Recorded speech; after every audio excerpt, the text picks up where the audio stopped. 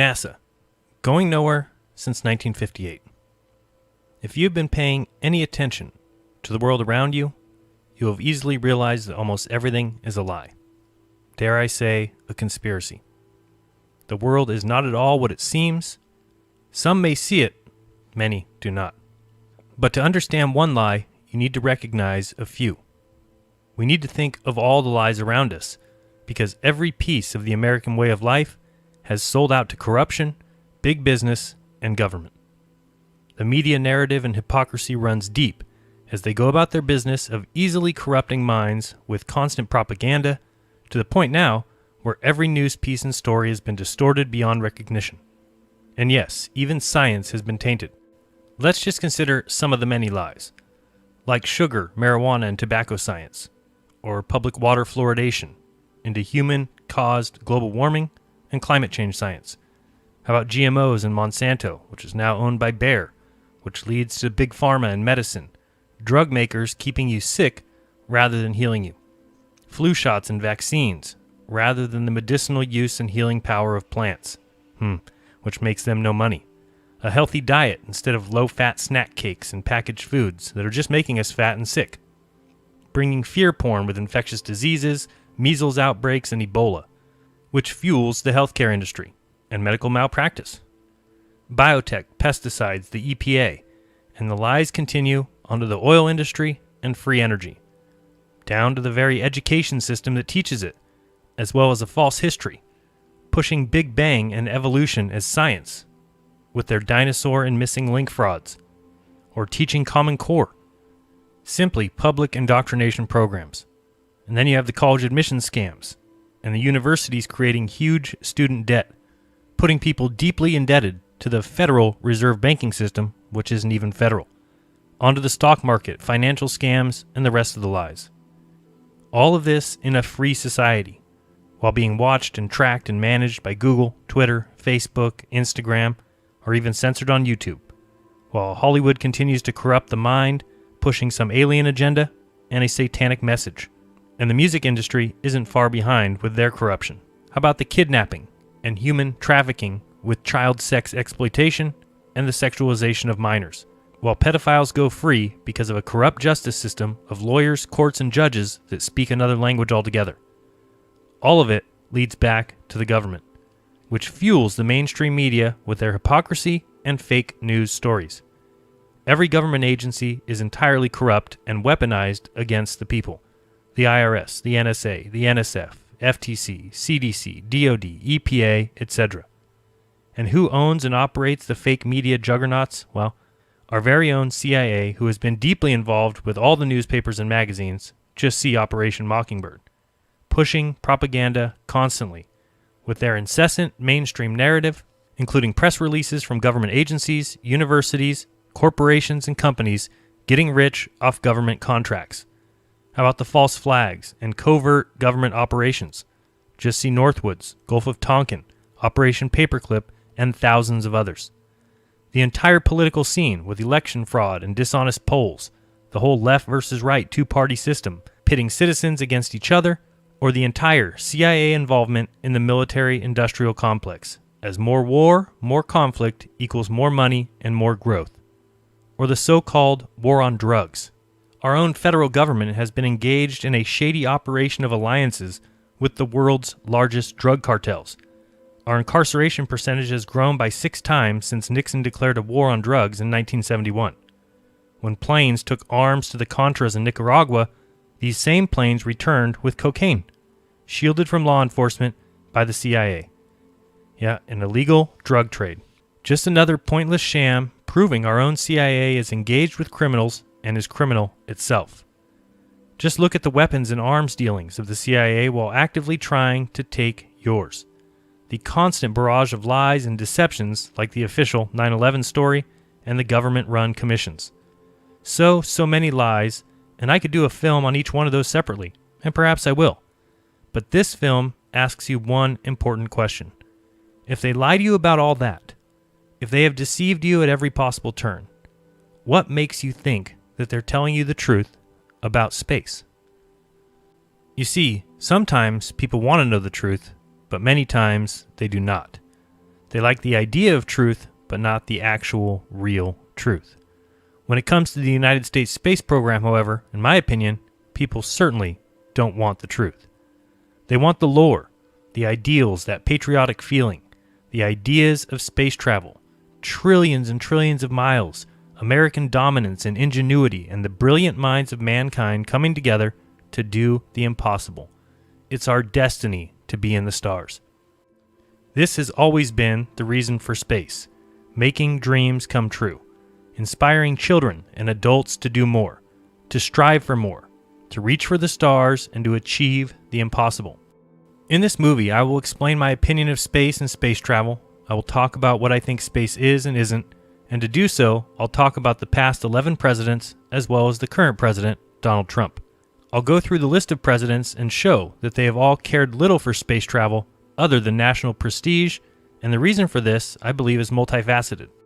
I believe NASA to be little more than a jobs program, mixed with some research and development, focusing on engineering and technology. They also sell a fantasy and a worldview to the population. They instill pride and wonder, but what they haven't done and don't do is go anywhere. Hence the name of this film, NASA Going Nowhere Since 1958. Now, I could go deep into the various space-related deceptions and pick apart NASA films scene by scene, and while I'll do a little of that, this film is much different. Maybe I'll do other films on the various lies and pseudoscience pushed by the space agency, but this film will go president by president, give a little background, and show that it has always been and continues to be a back-and-forth game of sorts, where NASA can blame the president and the president can blame NASA, in the end allowing research and jobs to continue while ultimately going nowhere. Of course, we're going to spend most of our time on Kennedy and Nixon, especially since this month has been the 50th anniversary of quite possibly the largest deception ever pulled on the people of this earth. The nonsense assertion that 50 years ago, NASA sent men to the moon. Many people may not agree with anything I say throughout this film, and that's okay. I don't agree with most of what I hear in the mainstream media. That's because I'm looking for the truth and not just the story I'm supposed to believe. If you don't agree with me or see things a different way, well, it could be because you trust the mainstream media, meaning you do believe what you're supposed to believe, what this world wants you to believe, in which case I think you'll always be missing the truth. What I want to make clear from the start is that you're free to believe whatever you want, as am I. Eddie Bravo was on the Tinfoil Hat podcast and summed it up quite well when he said, Hey, listen, I'd rather be thought of as an idiot for not trusting the government than a traitor for defending them. I would rather be thought as a moron for not trusting criminals than a sellout and a traitor for defending them. I don't believe liars, and I don't trust criminals. Once you've lied to me, I no longer see the need to believe anything you say. The difference is I'm not lying to you at any point throughout this film. I'm giving you my 100% honest opinion on the subjects discussed. Agree or disagree, these are my personal beliefs. Space has always been an amazing arena for populist politics and fantasy conceptions. When NASA began, the space pioneer and ex-Nazi SS member Wernher von Braun was an absolute genius at forging public opinion with the ideas of space and space travel. He knew the power of space-related gimmicks. Together with the other dream maker and fantasy extraordinaire Walt Disney, they joined up to greatly sway public opinion by presenting space as a sci-fi fantasy adventure, a reaching for the stars, much like a Disney movie. Wernher von Braun said, "There's no Bucks without Buck Rogers." Of course, Buck Rogers was a fictional space character that debuted in 1928, becoming a very popular comic strip. Then it became a television series. It was so popular that many newspapers launched their own science fiction strips right after. Imitators like Flash Gordon and Speed Spaulding and John Carter of Mars. The adventures of Buck Rogers became an important part of popular culture, and by 1930 Buck Rogers took his rocket ship and left Earth. Buck Rogers has been credited with bringing into popular media the concept of space exploration, following those few before him like Jules Verne and H.G. Wells, and those who came after him like Arthur C. Clarke. So, as Wernher von Braun said, there's no Bucks without Buck Rogers. Let's start there and talk a little bit about the money behind the space industry, because this is a terribly important aspect. Only once you completely understand the financial implications can you begin to understand why and how they continue to get away with going nowhere. First off, NASA receives $56 million a day of taxpayer money. While it may only be 0.5% of the yearly U.S. budget, They also get many other funds from donations, admissions, etc. But here's the most important fact to understand. Think of how big the music industry is worldwide. Enormous, right? Now think of the movie industry, Hollywood and global, even bigger. So where do you think the video game industry and economy rates with those two? What if I told you the video game industry is now more than the music and movie industries combined? Wow. This article states, forget about being a movie star, forget about becoming the next Beyonce. If you want to be rich and famous in the entertainment world, you should start playing video games right now. Gross video game sales have outweighed box office receipts for over 2 decades, and they surpassed home video and theater earnings combined 15 years ago. The video games industry has earned more revenue than the movie and music industries combined every year for the past 8 years. That's right, video games have passed the music and movie industry 15 years ago and have earned more revenue than the movie and music industries combined every year for the past 8 years. In 2018, the video game industry raked in $137 billion. That's $70 billion in mobile, $14 billion in tablet games, $56 billion in smartphone games, $33 billion in PC games, $4 billion in browser PC games, $28 billion in boxed and downloadable PC games, and over $34 billion in console video games, a total of $137 billion for that year. A huge industry compared to the movie industry, which only brought in $43 billion. Even if you include home entertainment and home theater, you still don't reach the video game industry. And music is less than half of the movie industry at only $20.5 billion. Crazy business, huh?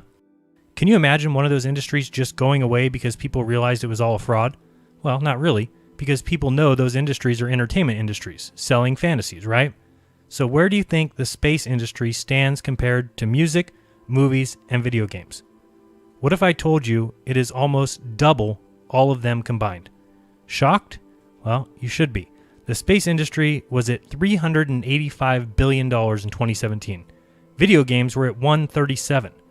Video games plus the movie industry, plus the home entertainment industry, plus the music industry don't even reach the space industry. So now you can start to see why presidents stand behind it, why it is needed, because it makes so much money and creates so many jobs. Whether anyone goes anywhere or not, as long as you believe that they have gone somewhere or eventually will, the space economy continues to grow and thrive. So where do we go, Obama? The moon? Mars? You and I know this is a false choice.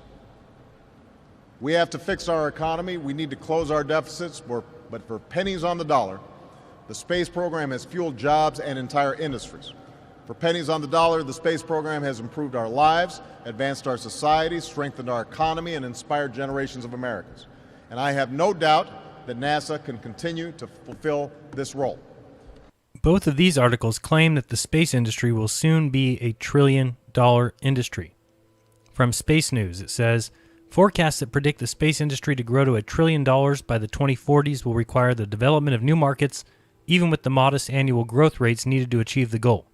A panel session on June 26th at Space Frontier Foundation's New Space 2018 conference here noted that several reports in the last year by investment banks predicted that the global space economy, currently valued at about $350 billion, could grow to $1 trillion or more in the 2040s. And from the Office of Space Commerce, it says, today the global space economy is roughly a $400 billion economy, of which about 80% is commercial activity, and the United States claims a little less than half of that commercial activity. We used to think about space activities being concentrated in a few key areas, in Florida and California, and in this great state of Texas. But the fact is that there's not an area of this country these days that isn't deeply affected by the space industry. That's very exciting, and it is a very promising time for the space industry as we have the convergence of leadership, finance, and technology that is creating opportunity at unprecedented speed. We used to think about space as an area where some new development was a decade away, but in fact these days it might be just 2 years or 2 months away. Of course, always in the future. Not here yet, but it'll be here soon. Hi, I'm George Jetson, and I live in the 21st century. That's Elroy. You have to watch him or he'll track up the ceiling. Here I'm dropping Judy off at school. Blondes away! Oh, that's Janie, my wife. Rosie! Coming, sir. Are you starting to see NASA's role yet?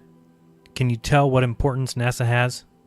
Make money, create jobs, inspire Americans, inspire the world, sell fantasy, but going anywhere isn't the important thing. whether it's in 1980 for those around in 1960, or in 2000 for those of us who were around in 1980, or in 2020 for those people living in the year 2000, or in 2030 or 2040 for those of us living now. We will be going to Mars, we will return to the moon, we will launch a James Webb telescope, we will land and mine asteroids, we will redirect an incoming meteor, we will send another rover to Mars, we will have a colony, we will have a lunar base and launching pad, we will have a drone fly above the moons of Saturn. We just need more money and more time. We will continue to provide jobs, we will continue to inspire, we will continue to innovate, and we will continue doing what we've always done since 1958. Going nowhere. So who knows about the deception, you ask? Do the presidents know? To be honest, I have no idea. It's just another lie that is told to the world population. One of the many, many deceptions, and who knows about it? I'm not exactly sure. But now, if you just think about it and look at what NASA has really provided, inspiration, you'll see it doesn't really matter who knows. Who knows that fluoride is harmful? Do dentists? Well, some, but they were taught it is essential to health. Do the presidents know? I don't have a clue. But all that's important is that I know and remove it from my life, much like I've done with the NASA storytelling. I know they aren't on Mars, and I know they aren't going there. I know no man has walked on the moon, and no man will. I've come to grips on that reality. Maybe some presidents know, others may not, but all of them realize the importance of telling people we have gone and will go again. Carl Sagan said, "One of the saddest lessons of history is this. If we've been bamboozled long enough, we tend to reject any evidence of the bamboozle. We're no longer interested in finding out the truth. The bamboozle has captured us. It's simply too painful to acknowledge, even to ourselves, that we've been taken. Once you have given a charlatan power over you, you almost never get it back." Again, to realize this fraud, you have to first accept that you've been lied to, and are being lied to. What will that take? Well, I'm not sure exactly. The evidence is everywhere. How about the quote by William Casey? And despite what you may hear elsewhere, it has been verified by a source who was there that the then CIA director William Casey actually said in 1981, "We will know our disinformation program is complete when everything the American public believes is false." Despite Casey being under investigation by Congress for being involved in a major disinformation plot involving the overthrow of Libya's Gaddafi in 1981, and despite Casey arguing on the record that the CIA should have a legal right to spread disinformation via the mainstream news that same year, this quote continues to be argued by people who weren't there and apparently cannot believe a CIA director would ever say such a thing. Well, but spreading disinfo is precisely what the CIA would and did do. This 1975 clip of testimony during a House Intelligence Committee hearing has the agency admitting on record that the CIA creates and uses disinformation against the American people. Do you have any people being paid by the CIA who are contributing to a major circulation American journal? We do have people who submit pieces to American journals. Do you have any people paid by the CIA who are working for television networks? This, I think, gets into the kind of getting into the details, Mr. Chairman, that I'd like to get into in executive session. At CBS, we had been contacted by the CIA. As a matter of fact, by the time I became the head of the whole news and public affairs operation in 1954, the ships had been established, and I was told about them. Or maybe this Bush press conference where he admits that the federal government has a long-standing practice of using prepackaged news reports and calling them news, when the government themselves has created them. Told us you had ordered your administration to cease and desist on payments to journalists to promote your agenda. You cited the need for ethical concerns and the need for a bright line between the press and the government. Your administration continues to make the use of video news releases, which are prepackaged news stories sent to television stations, fully aware that some or many of these stations will air them without any disclaimer that they are produced by the government. Comptroller General of the United States this week said that raises ethical questions. Does it raise ethical questions about the use of government money to produce stories about the government that wind up being aired with no disclosure that they were produced by the government? There is a Justice Department opinion that says these pieces are within the law so long as they're based upon facts, not advocacy. And I expect our agencies to adhere to that ruling, to that Justice Department opinion. This has been a long-standing practice of the federal government to use these types of videos. The Agricultural Department, as I understand, has been using these videos for a long period of time. The Defense Department, other departments have been doing so. It's important that they be based upon the guidelines set out by the Justice Department. Now, I think it'd be helpful if local stations then disclose to their viewers if that's, that this was based upon a factual report and they chose to use it. But evidently in some cases that's not the case. So anyway. To guarantee that's happening by including that language in the prepackaged report. Yeah, I don't, look, oh, you mean a disclosure? I'm George W. Bush and I... Well, some way to make sure it couldn't air without the disclosure that you believe is so vital. Ken, I mean, there's a procedure that we're going to follow, and the local stations ought to, if there's a deep concern about that, ought to tell their viewers what they're watching. Yes, sir. Or maybe you need to hear an apology directly from Clinton about the thousands of government-sponsored experiments performed on American citizens without their approval. This report I received today is a monumental document in more ways than one. But it is a very, very important piece of America's history, and it will shape America's future in ways that will make us a more honorable, more successful, and more ethical country. What this committee learned, I would like to review today with a little more detail than Dr. Faden said, because I think it must be engraved on our national memory. Thousands of government-sponsored experiments did take place at hospitals, universities, and military bases around our nation. The goal was to understand the effects of radiation exposure on the human body. While most of the tests were ethical by any standards, some were unethical, not only by today's standards, but by the standards of the time in which they were conducted. They failed both the test of our national values and the test of humanity. Informed consent means your doctor tells you the risk of the treatment you are about to undergo. In too many cases, informed consent was withheld. Americans were kept in the dark about the effects of what was being done to them. The deception extended beyond the test subjects themselves to encompass their families and the American people as a whole. For these experiments were kept secret, and they were shrouded not for a compelling reason of national security, but for the simple fear of embarrassment, and that was wrong. So today, on behalf of another generation of American leaders and another generation of American citizens, the United States of America offers a sincere apology to those of our citizens who were subjected to these experiments, to their families, and to their communities. When the government does wrong, we have a moral responsibility to admit it.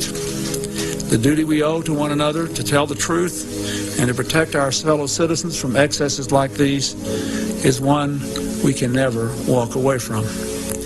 Our government failed in that duty, and it offers an apology to the survivors and their families, and to all the American people who must be able to rely upon the United States to keep its word, to tell the truth, and to do the right thing.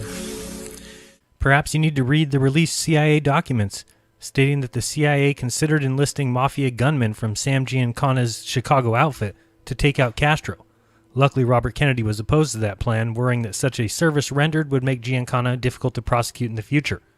And as part of the anti-Castro Operation Mongoose, the CIA floated the idea of an Operation Northwood-style false flag attack on American soil in order to discredit Castro. We could develop a communist Cuban terror campaign in the Miami area, in other Florida cities, and even in Washington. We could sink a boatload of Cubans en route to Florida, real or simulated. We could foster attempts on lives of Cuban refugees in the American states, even to the extent of wounding in instances to be widely publicized. Exploding a few plastic bombs in carefully chosen spots, the arrest of a Cuban agent and the release of prepared documents substantiating Cuban involvement also would be helpful in projecting the idea of an irresponsible government. Which government do you think is irresponsible? And lastly, we can see that the CIA and NASA have been up to no good from the start. After Francis Gary Powers was shot down over the Soviet Union during a CIA spy flight on May 1st, 1960, NASA issued a press release with a cover story about a U-2 conducting weather research that may have strayed off course after the pilot reported difficulties with his oxygen equipment. To bolster the cover-up, a U-2 was quickly painted in NASA markings with a fictitious NASA serial number and put on display for the news media at the NASA Flight Research Center at Edwards Air Force Base on May 6, 1960.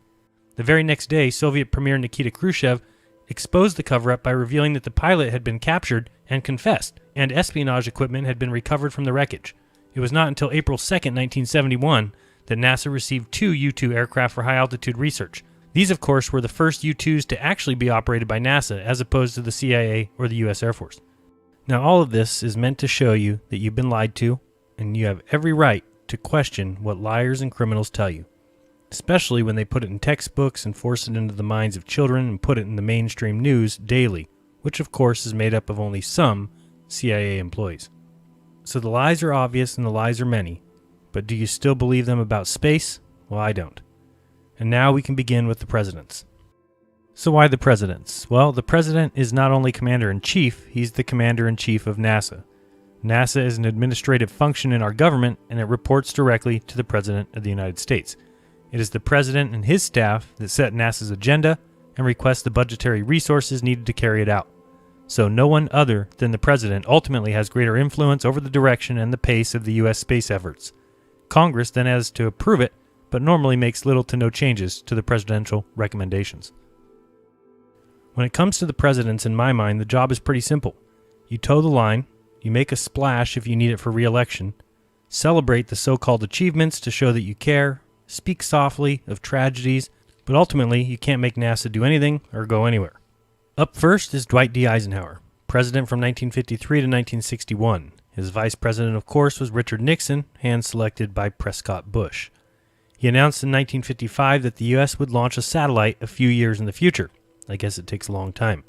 But he was beat to the punch when Russia launched Sputnik in 1957.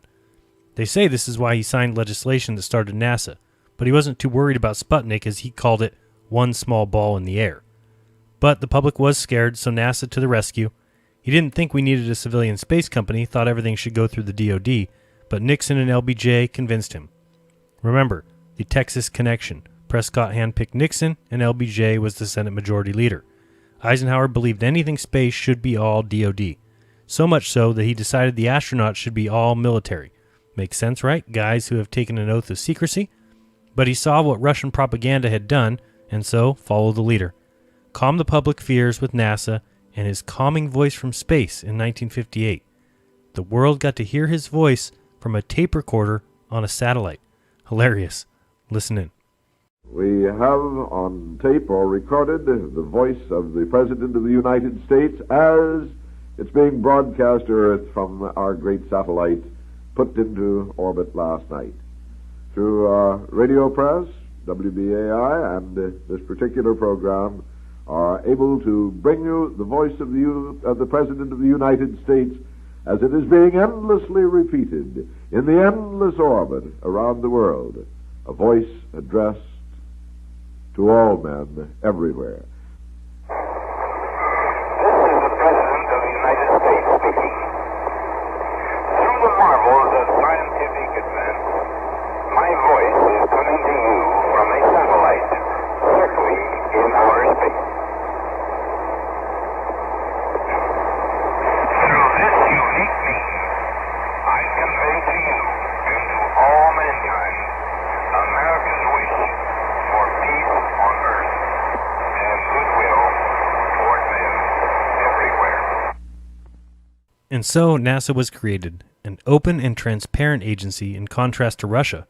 Speaking of which, check out the movie The Cosmonaut Cover-Up to see how deep the Russia lies ran. Even Nikita Khrushchev's son, Dr. Sergei Khrushchev, speaks to the massive lies and the propaganda. How massive? Well, now they don't even think Yuri Gagarin was the first man in space. Just another guy on a reverse bungee jump, really. They even delete cosmonauts from photos. It's pretty funny, and not too bad if you like that kind of documentary, so check it out. Here's a small clip. After several decades of propaganda, lies, and official denials, the truth about one of humanity's greatest achievements can now be told. He gave NASA the Army's Jet Propulsion Lab, JPL, and the German rocket team led by Nazi Werner von Braun. Remember, Jack Parsons was a principal founder of JPL with his Suicide Squad. Lastly, Eisenhower had no desire for a space race or moon mission, well, because he wasn't up for re-election. He leaves quietly, handing space off to Kennedy, but does leave us with 2 warnings. One of them we've all heard many times before. We must guard against the acquisition of unwarranted influence, whether sought or unsought, by the military-industrial complex. The potential for the disastrous rise of misplaced power exists and will persist. We must never let the weight of this combination endanger our liberties or democratic processes. The second one you may never have heard before. Let's listen in. Yet in holding scientific research and discovery in respect, as we should, we must also be alert to the equal and opposite danger that public policy could itself become the captive of a scientific, technological elite. A scientific, technological elite. Well, doesn't that certainly sound like what we have today? A scientific space agency that is allowed to go nowhere, constantly, changing plans every few years, spending huge amounts of money and resources, but never really getting anywhere, literally. But they keep being handed dollars and creating jobs, buying equipment, funding research, but all of it just seems to keep going round and round. Next up, we have John F. Kennedy, president from 1961 till his assassination in '63. His vice president, of course, was Lyndon B. Johnson, someone instrumental in NASA's start. First off, Kennedy knew nothing about space, but he wanted to make a splash for a possible re-election, so he asked LBJ to find out if we could do something big in space, and was told possibly the moon in '67. So he agreed to increase the NASA budget big time and made a huge proclamation. But why, some say, the moon? Why choose this as our goal? And they may well ask, why climb the highest mountain? Why, 35 years ago, fly the Atlantic? Why does Rice play Texas? We choose to go to the moon. We choose to go to the moon in this decade and do the other things, not because they are easy, but because they are hard. Because that goal will serve to organize and measure the best of our energies and skills. Because that challenge is one that we're willing to accept, one we are unwilling to postpone, and one we intend to win, and the others too.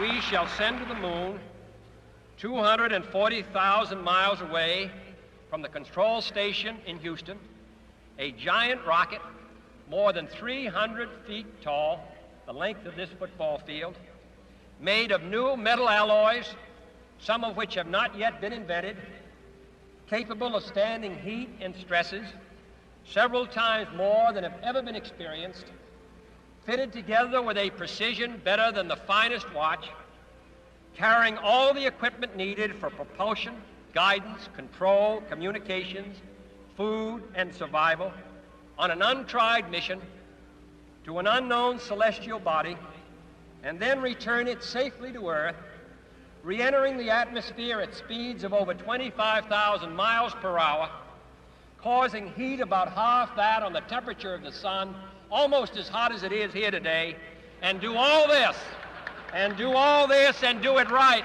and do it first before this decade is out, then we must be bold. He wasn't even technologically minded, but certainly bold. And so he declared it, but even NASA Administrator James Webb knew that statement was trouble. Remember, Kennedy announced the moon in May of '61, but listen to this convo in November of '62. Things weren't looking so good, but Kennedy had already said it and was hoping for this to help his re-election. He even states in this off-the-record meeting that he is not interested in space. You put this program, I think this program is the top priority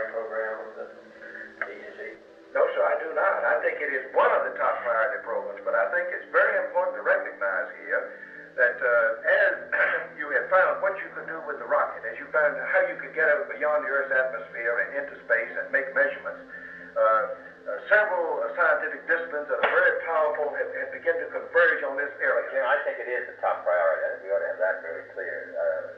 Some of these other programs can slip 6 months or 9 months, and nothing particularly is going to happen. But this is important for political reasons, international political reasons, and this is, whether we like it or not, an intensive race. If we get second to the moon, it's nice, but it's like being second anytime. So that if we're second by 6 months, because we didn't give it the kind of priority, then of course that'd be very serious. So I think we have to take the view this is the top priority. Number one, there are real unknowns as to whether man can live under the weightless condition and you'll ever make the lunar landing. This is one kind of political vulnerability I'd like to avoid such a flat commitment to. I agree that we're interested in, but we can wait 6 months. But you have to use that information to do your thing. Yeah, but only when that information directly applies to the program. Jim, I think we got to have that. Mr. President. We don't know a damn thing about the surface of the moon, and we're making the wildest guesses about how we're going to land on the moon. And we could get a terrible disaster from putting something down on the surface of the moon that's very different than we think it is. And the scientific programs that find us that information have to have the highest priority, but they are associated with a lunar program. The scientific programs that aren't associated with a lunar program can have any priority we please to give them. Now, the other thing is, I would certainly not favor spending $6 to $7 billion to find out about space. Why are we spending $7 billion in getting fresh water from salt water when we're spending $7 billion to find out about space? But so obviously you wouldn't put it on that priority except for the defense implications. And the second point is the fact that the Soviet Union has made this a test of the system. So that's why we're doing it. So I think we've got to take the view that this is the key program, and the rest of it, not so that we can find out about it, but there's a lot of things we want to find out about. But you see, when everything else. When you talk about this, it's very hard to draw a line between what I think everything that we do ought to really be tied in to getting onto the moon and ahead of the Russians. Why can't it be tied to preeminence in space, which are your own words? Because, by God, we've been telling everybody we're preeminent in space for 5 years. Nobody believes it because they have the booster and the satellite. But I do think we ought to get it, really clear that the policy ought to be that this is the top priority program of the agency and one of the two, except for defense, the top priority of the United States government. I think that's the position we ought to take. Now, this may not change anything about that schedule, but at least we ought to be clear. Otherwise, we shouldn't be spending this kind of money because I'm not that interested in space. I think it's good. I think we ought to know about it. We're ready to spend reasonable amounts of money, but we're talking about these fantastic expenditures which wreck our budget and all these other domestic programs. And the only justification for it, in my opinion, to do it is because we hope to beat them and demonstrate that starting behind it we did by a couple of years. By God, we passed them. A lot of interesting things said there in late 1962. Kennedy had already proclaimed that we were going to the moon just a year earlier, even though we'd never even put a person in space. His re-election was not looking good if it was decided we couldn't go. So the head of NASA knew they had no knowledge of the moon or how to operate in space even. And JFK admits he isn't even interested in space, it's all a prestige thing. Now, by September of '63, Kennedy now doesn't even think we'll be first. Now he thinks we should go to the moon with Russia. Shortly after this speech, rarely heard, he is killed, and the cooperation idea disappears. Again, remember the Texas connection of Prescott, George H.W., and LBJ. Finally, in a field where the United States and the Soviet Union have a special capacity in the field of space, there is room for new cooperation, for further joint efforts in the regulation and exploration of space. I include among these possibilities a joint expedition to the moon. Space offers no problems of sovereignty. By resolution of this assembly, the members of the United Nations have forsworn any claim to territorial rights in outer space or on celestial bodies, and declared that international law and the United Nations Charter will apply. Why, therefore, should man's first flight to the moon be a matter of national competition? Why should the United States and the Soviet Union in preparing for such expeditions, become involved in immense duplications of research, construction, and expenditure, surely we should explore whether the scientists and astronauts of our two countries. Of course, Kennedy is killed and the space race is back on. In steps Lyndon B. Johnson, who was president from 1963 until 1969. His VP was Hubert Humphrey. LBJ toes the line. He keeps the heavy funding going to NASA and continues to push for the moon. As Kennedy's VP, he was the chairman of the National Aeronautic Space Council, so of course NASA gets to keep their increased funding and LBJ pushes space big time. But he was also the president when the Apollo 1 fire took 3 lives. Well, 4 if you count Tom Barron. In my interview with Gary Corsair, you can find out a lot about this so-called accident. Tom Barron is the one that testified against NASA, and his report was lost. A week later, he gets hit by a train, dies, as does his wife and child. That train was on a NASA track that came from a NASA switchyard. There were 2 witnesses. One refused to ever speak. The one who did speak lived in a home owned by North American Aviation, the employer of Tom Barron. His lawyer died that same year from a massive heart attack. A reporter on Barron's side committed suicide by jumping out of a plane and not pulling his parachute. A worker that was said to be on the train when Barron hit it says that's a fabrication because he wasn't. And the coroner said, yes, that's my signature on the death certificate, but doesn't recall doing the autopsy. Also, Johnson allowed NASA to do its own investigation into the accident of Apollo 1. And remember, it was Johnson who was the one who started the Great Warren Commission, who of course concluded that Lee Harvey Oswald was the lone gunman. Good old LBJ. And then came Nixon, finally becoming president from 1969 to 1974 before resigning. He had 2 vice presidents, Spiro Agnew, before he resigned, and then Gerald Ford. We all know that he spoke via telephone to Neil and Buzz while they were on the moon 240,000 miles away. I'm talking to you by telephone from the Oval Room at the White House. And this certainly has to be the most historic telephone call ever made from the White House. I just can't tell you how proud we all are of what you have done.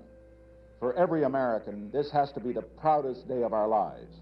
And for people all over the world, I am sure that they too join with Americans in recognizing what an immense feat this is. Because of what you have done, the heavens have become a part of man's world. And as you talk to us from the Sea of Tranquility, it inspires us to redouble our efforts to bring peace and tranquility to earth. For one priceless moment in the whole history of man, all the people on this earth are truly one. One in their pride in what you have done, and one in our prayers that you will return safely to earth.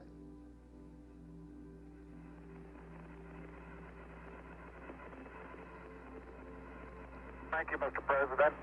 It's a great honor and privilege for us to be here representing not only the United States, but men of peace of all nations, and with interest and a curiosity and with a vision for the future. Honor for us to be able to participate here today. And thank you very much, and I look forward, all of us look forward to seeing you on the Hornet on Thursday. He's also the one that got the shuttle rolling and gave it to California, well, because jobs equals votes, and it worked. Von Braun wanted Mars, but Nixon said no. He won re-election quite easily and kept the public occupied with the moon. So they kept their eyes off of what was going on in Vietnam, and it was a great distraction. Nixon said, I don't give a damn about space. I'm not one of those space cadets, and he actually never made any kind of a space speech. However, in a time of turmoil, he felt that U.S. citizens needed heroes, and who better than American astronauts? In stepped Gerald Ford, who was never elected president or even vice president. He was president from 1974 to 1977. His vice president was Nelson Rockefeller, also not elected, but selected. He was only president for 3 years and didn't care much about space. He also renamed the first shuttle, which was originally named Constitution, but Ford renamed it Enterprise in 1976 to honor Star Trek, its fans, and its impact on society. Again, celebrating the idea of space. He had no plans for any kind of return to the moon or Mars. For the time being, the shuttle was enough to keep people happy. And of course, if you're looking for the connections, he was a Warren Commission member and also selected George Herbert Walker Bush as the head of the CIA. Let me call to express my very great admiration for your hard work, your total dedication in preparing for this first joint flight. It's taken us many years to open this door to useful cooperation in space between our two countries. And I'm confident that the day is not far off when space missions made possible by this first joint effort will be more or less commonplace. And may I say, in signing off, here's to a soft landing. Next up, Jimmy Carter became president from 1977 to 1981. His vice president was Walter Mondale. Neither of these guys were big fans of space. In 1979, Carter considered canceling the shuttle program altogether, since it had so many issues like every single NASA program ever. But as usual with NASA, so much money had already been spent on the shuttles that he had to let it continue. He did do his job, however, as stated before, congratulated astronauts and towed the company line. NASA continued going nowhere. In one of the funniest videos ever, watch this Space Foundation public service announcement with Gerald Ford and Jimmy Carter. I don't know if we're supposed to believe that they're actually talking to each other via some satellite, or if we're supposed to think this is in real time, but it is pretty funny if we are supposed to be buying this absolute nonsense. Good afternoon, Mr. President. It's a lovely day here in Georgia. Good morning, Mr. President. It's a nice day here in California. California?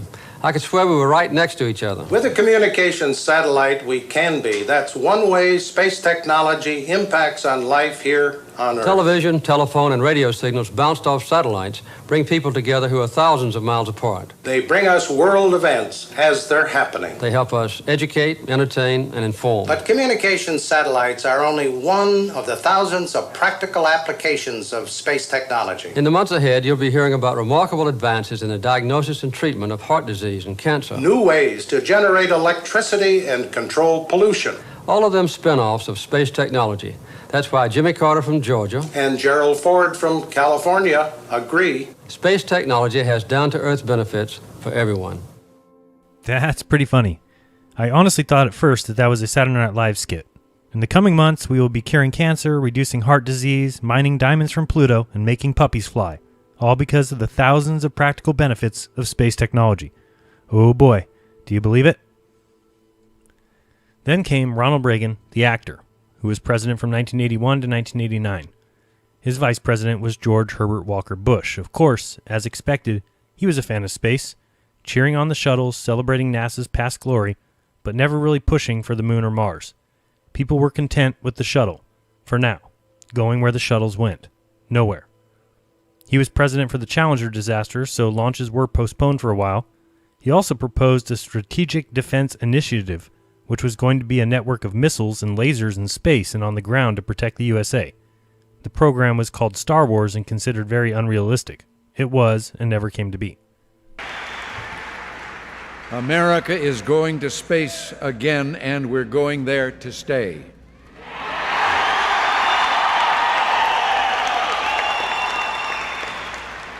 Commander Rick Hawk, pilot Dick Covey, and mission specialist Pinky Nelson, Mike Lounge, and Dave Hilmers are space-age pioneers, but their spirit is rooted deep in our heritage. We're a nation born of pioneers, and we'll always create our future on the frontier. Americans can live no other way. Our early settlers knew great risks and made great sacrifices, but with their sacrifice, they moved the frontier forward and built a great nation. Neither can we stand still, nor be content, and we're not afraid. Ill fortune can slow us down, but it can't stop us. You can delay our long trek to greatness, but you cannot halt it. How better can we pay tribute to those who came before us than by continuing their quest for knowledge their struggle against limits by continuing to push toward the far frontier. Mr.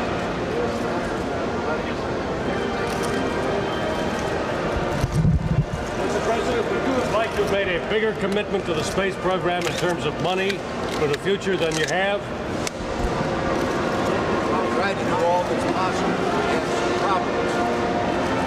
This program is the highest priority.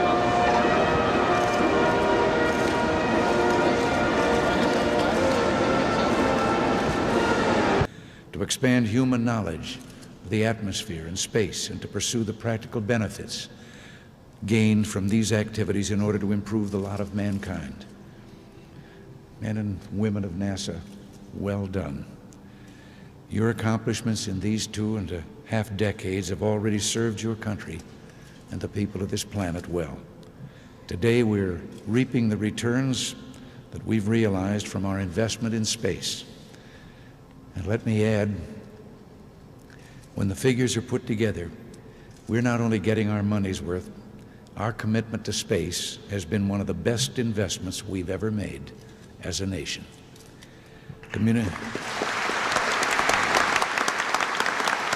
Perhaps NASA's greatest gifts have been the moments of greatness that you've allowed all of us to share. All of us, whether we were school teachers, actors, government employees, farmers, factory hands, secretaries, or the cop on the beat, all of us were along on those early Mercury missions. We were part of the NASA team launching probes into deep space to chart the unknown, to photograph the rings of Saturn and the surface of Mars. We were there and our hearts were filled with such pride when Neil Armstrong, an American, the first person to set foot on the moon, said, "One small step for a man, one giant leap for mankind." And we saluted right along with him when he planted Old Glory in the lunar soil. NASA's done so much to galvanize our spirit as a people, to reassure us of our greatness and of our potential. In recent days, the Space Shuttle has, as another NASA project before it or other projects before it, captured our hearts and imaginations. You want to go up in space? Been there for several years. Well, I agree with you on that. The actor certainly played his part. He toed the line, kept the dreams alive, he celebrated the past, and talked about going to the stars for good. I'm sure NASA was quite pleased. Next was Mr. Texas himself, George Herbert Walker Bush. He was president from 1989 to 1993. His vice president was Dan Quayle. Poppy Bush was a huge fan of space and had big dreams for NASA, ordering a big bump in NASA funds. He had big ideas, probably hoping for re-election, so he ordered the Space Exploration Initiative to send NASA to the moon and onto Mars. First, for the coming decade, for the 1990s, space station freedom, our critical next step in all our space endeavors, and next, for the new century, back to the moon, back to the future, and this time, back to stay. And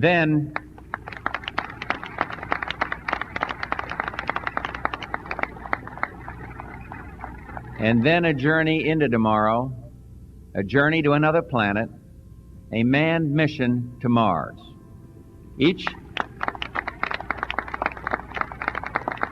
But it was a big failure, big surprise. As soon as it was announced, Gore mocked it when he said, "By proposing a return to the moon and a manned base on Mars with no money, no timetable, and no plan, President Bush offers the country not a challenge to inspire us, but a daydream to briefly entertain us. A daydream about as splashy as a George Lucas movie with about as much connection to reality." What George Bush had said was, "I am pleased to announce a new age of exploration, with not only a goal, but also a timetable. I believe that before Apollo celebrates the 50th anniversary of its landing on the moon, the American flag should be planted on Mars." George H.W. Bush, May 1990. But after Gore mocked it, he ordered a 90-day study into the feasibility of his statements, and NASA came back and said 30 years and $500 billion. That was, surprise, 30 years ago, and NASA has gone nowhere. And so again, big plans, big dreams, and NASA continues on, going nowhere. Before the 50th anniversary, a flag should be on Mars. Well, NASA can't even go back to the moon. Have they ever been to the moon? Well, the evidence alone should tell you the answer to that question. And then there was Bill Clinton, president from 1993 to 2001. His vice president was Al Gore. Immediately, he killed the space exploration initiative of his predecessor and brought things back down to Earth. Said we should send robots to Mars and kept the space station funded, even though, again, it was way over budget and well behind schedule, a NASA specialty. NASA did announce during his presidency that they might have found life on Mars, but nobody really cared, and nothing ever came of it. He did, however, have something funny to say to Neil deGrasse Tyson. The most valuable thing I had for perspective in politics in the White House was the moon rock.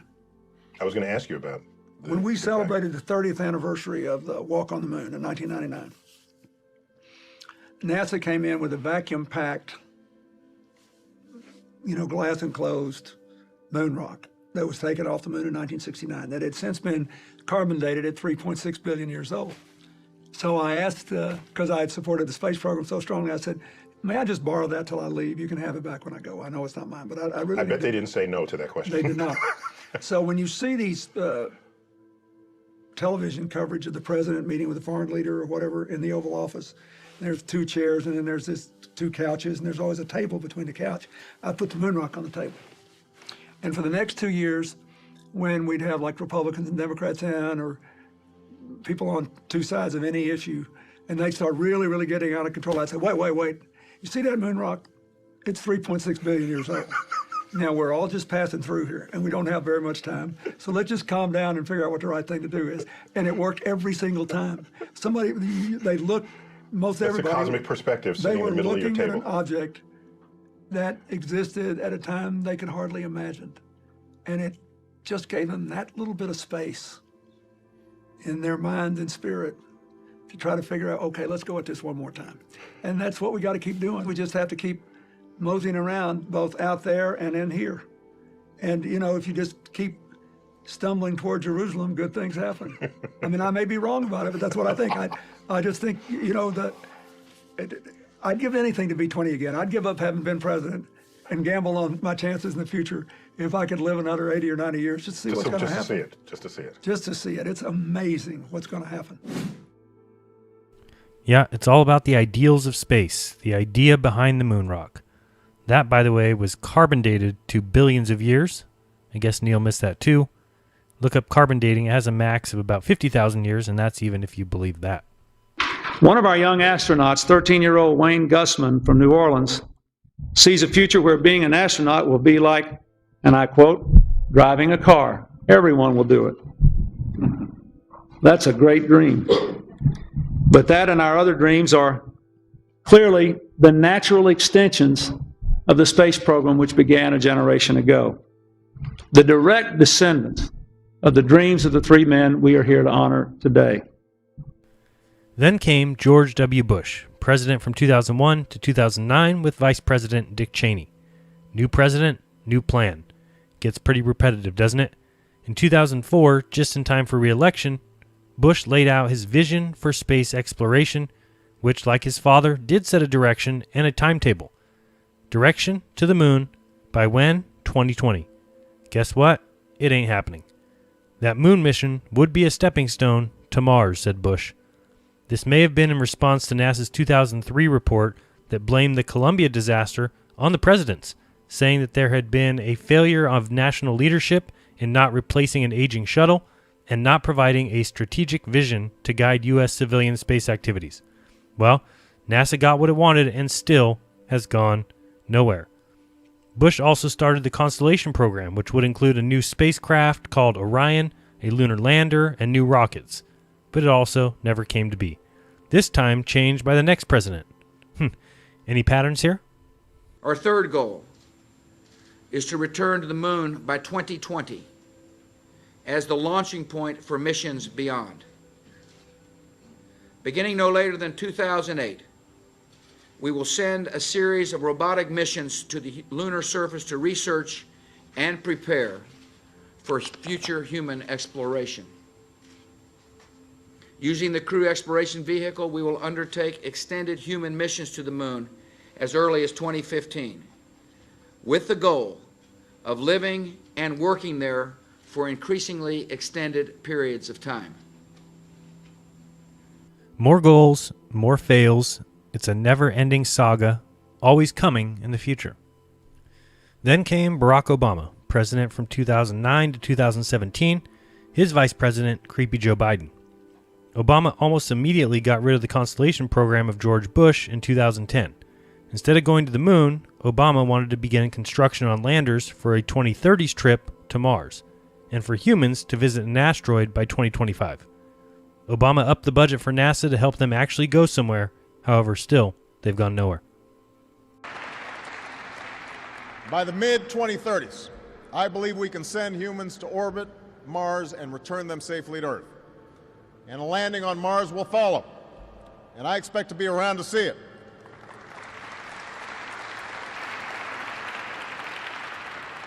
I understand that some believe that we should attempt a return to the surface of the moon first, as previously planned. But I just have to say, pretty bluntly here, we've been there before. Buzz has been there. There's a lot more of space to explore and a lot more to learn when we do.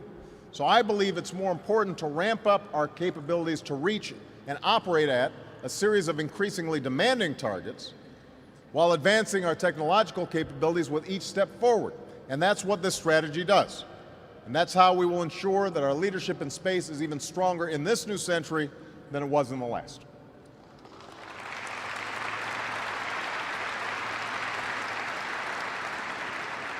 This holds the promise of generating more than 10,000 jobs nationwide over the next few years.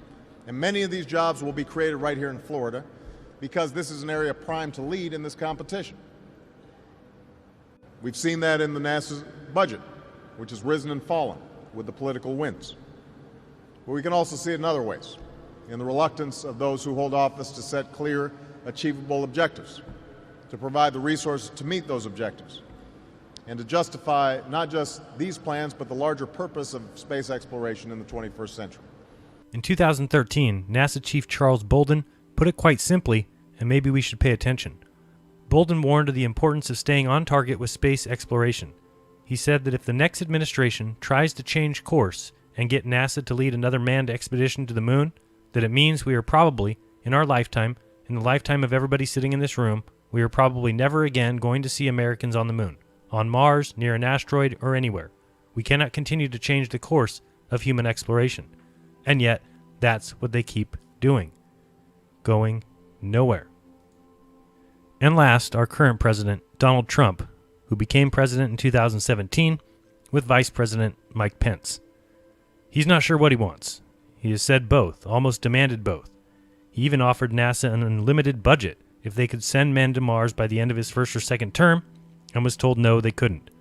So with unlimited time frames and unlimited budgets, NASA still goes nowhere. How long will this last? Finally, we must think big and dream even bigger. In America, we understand that a nation is only living as long as it is striving. We will no longer accept politicians who are all talk and no action, constantly complaining but never doing anything about it.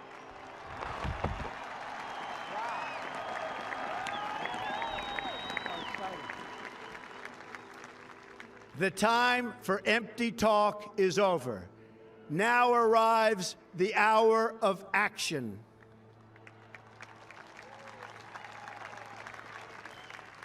Do not allow anyone to tell you that it cannot be done.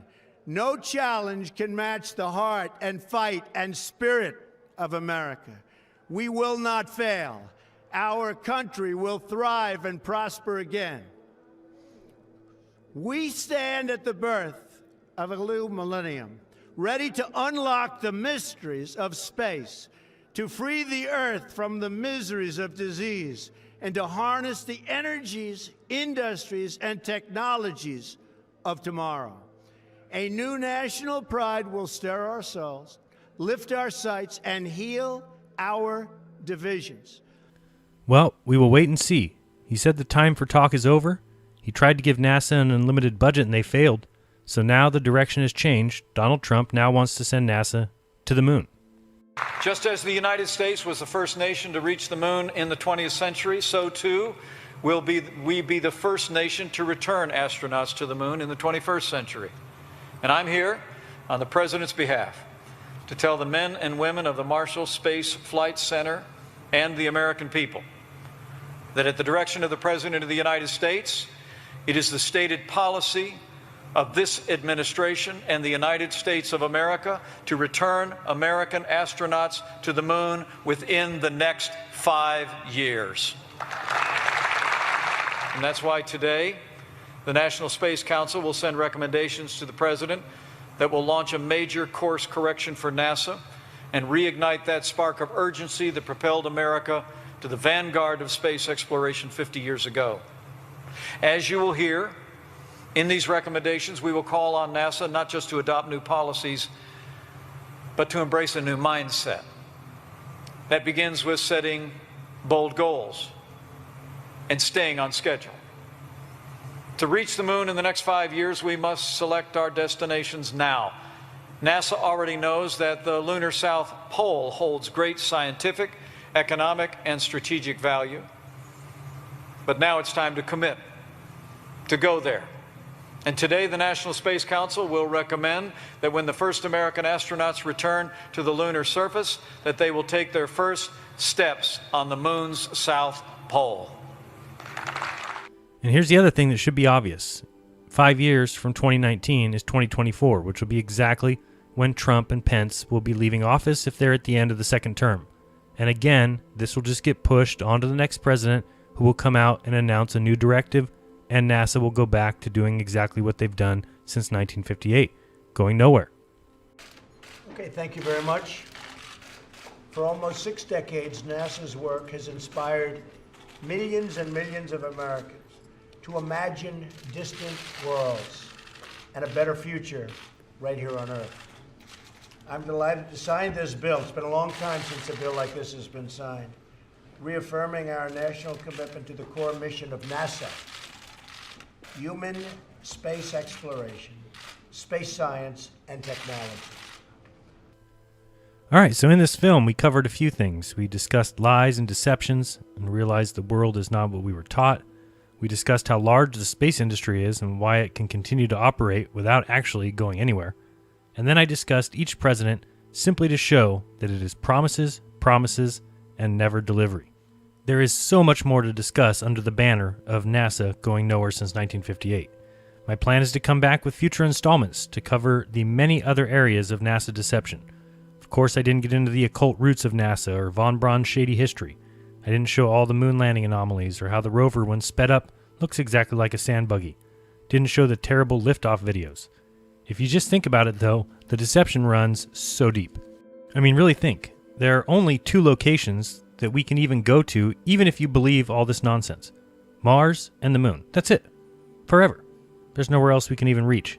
Even if you give NASA that much, they can't even go there. They're simply stuck. And if you ask me, it's because they can't go to either. So they will forever keep waffling back and forth. Even when someone sets a clear directive. But as long as it goes back and forth, up and down, they are allowed and encouraged, in fact, to go nowhere at all. They have an excuse, and so it goes back and forth, mission to mission, nowhere to nowhere. So the moral of the story really is you need to do your own research on all these matters. Don't believe me? Go look into Stanley Kubrick and Arthur C. Clarke's movie 2001: A Space Odyssey. Look into the movie Room 237 so you can see for yourself how Kubrick told you what's going on. You can see Danny playing with his cars in the hallway that matches the NASA launch pads in The Shining.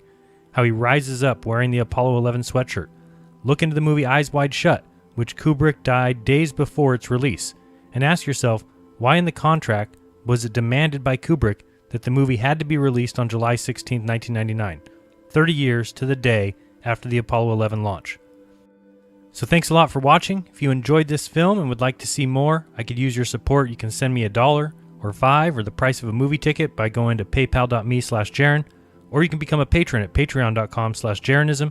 And by the way, a huge shout out and a huge thank you to all my current patrons. You guys are the best and make this channel and this film possible. Or you can buy a shirt. The links to the shirts are in the description. So thanks again, and don't worry, I'll be here waiting while NASA continues going nowhere since 1958. This has been Jeranism. Till next time, peace.